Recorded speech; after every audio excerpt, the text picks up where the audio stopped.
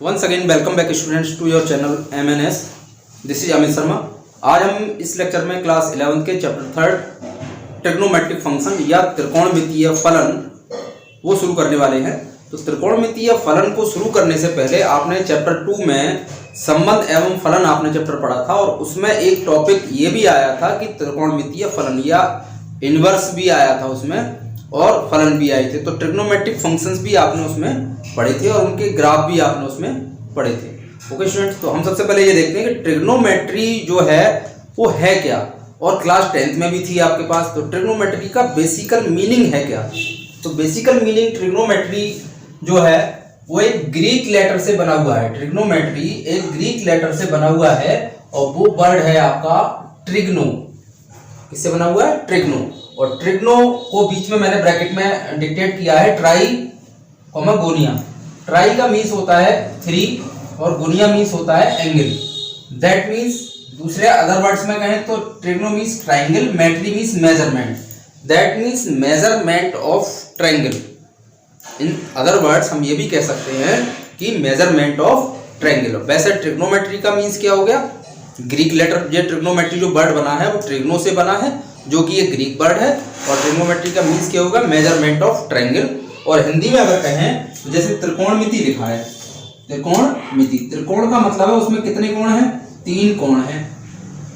और मितीय का मतलब होता है मापन, 3 कोणों का मापन।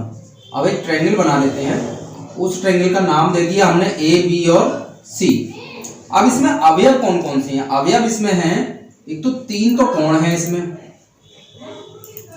1 2 3 कोण है। और 3 इसमें क्या है? साइड है, 3 भुजाएं हैं। कुल मिलाके इसमें 6 अवयव हैं, 6 अवयव। उन 6 अवयवों का जो मापन होता है वो त्रिकोणमिति के अंतर्गत किया जाता है। ओके स्टूडेंट्स, तो अब हमारा यहाँ पर त्रिकोणमिति चैप्टर नहीं है, त्रिकोणमितीय फलन है। वहां खाली त्रिकोणमिति पढ़ी थी और यहाँ पर क्या है? त्रिकोणमितीय फलन है।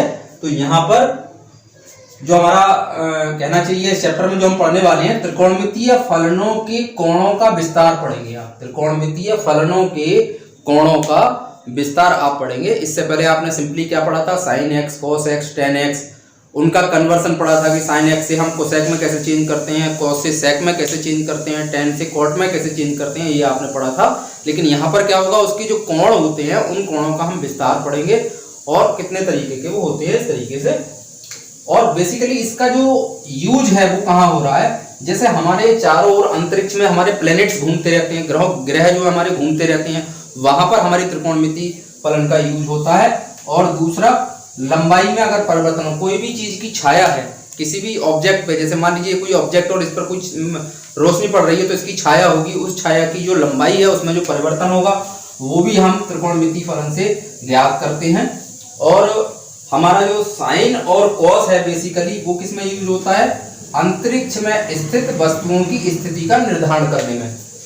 अंतरिक्ष में बहुत सारी वस्तुएं हमारे पास हैं, बहुत सारे ऑब्जेक्ट्स हैं, बहुत सारे प्लैनेट्स हैं, उनकी अगर हम ऑब्जेक्ट की पोजीशन को पता लगाएं या उनकी स्थिति का निर्धारण करें तो हम साइन और कॉस का यूज करते थे। एस्ट्रोनॉमर जो होते हैं हमारे अंतरिक्ष विज्ञानी, और टेन और कॉट का यूज जनरली हम छाया की परछाई की ऊंचाई निकालने में किया करते थे। जो शैडो होता है, जैसे ये शैडो है किसी भी चीज का, ये शैडो है, उसकी लेंथ निकालने में या ये लेंथ फाइंड आउट करने में हम उसका यूज करते हैं। ओके स्टूडेंट, तो आज आपने इसमें ये देखा कि त्रिकोणमितीय फलन जो है वो है क्या और उसमें कौन कौन सी चीजें हैं, किन किन चीजों का कहाँ कहाँ यूज होता है, और त्रिकोणमिति में हम क्या क्या मापन करते हैं। 3 कोणों का या 3 भुजाओं का, इनका मापन त्रिकोणमिति में किया जाता है। और इस चैप्टर में जो होगा वो हमारा क्या होगा? त्रिकोणमितीय फलनों के कोणों का विस्तार होगा। और इसके बाद जो स्टार्ट होता है चैप्टर, जहां से शुरू होगा वो है कोणों के परिचय से प्रारंभ होगा। अर्थात हमें ये चैप्टर शुरू करने से पहले कोणों का परिचय समझना होगा। हालांकि कोण आप क्लास 8th में, 9th में, 10th में आप पढ़ चुके हैं, तो कोणों का जो परिचय है वहां से हम चैप्टर को स्टार्ट करने वाले हैं। तो इसमें बेसिकली टॉपिक्स कौन कौन से कवर होने वाले हैं? तो सबसे पहला टॉपिक है आपका डिग्री और रेडियन मापन।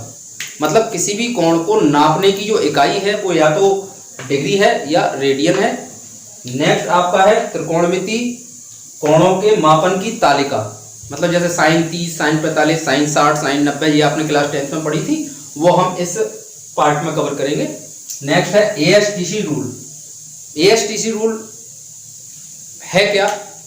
जो हायर एंगल्स होते हैं, ग्रेटर देन 90 डिग्री एंगल्स होते हैं, उनके लिए त्रिकोणमितिक जो अनुपात होते हैं उनमें क्या परिवर्तन होता है वो हम इसमें कवर करेंगे। नेक्स्ट है आपका आइडेंटिटीज पर जो प्रश्न होंगे वो आपके इसमें सॉल्व होंगे 4th पार्ट में। और 5th पार्ट में आएगा त्रिकोणमितीय अनुपात के मुख्य या कोणों के मुख्य और व्यापक मान। मुख्य और व्यापक मान ये आपका 5th टॉपिक रहेगा। तो टोटल आपके ये 5 टॉपिक हैं और इन पांचों टॉपिकों को आपको अलग अलग लेक्चर, अलग अलग वीडियोस में मिलेंगे 1 by 1।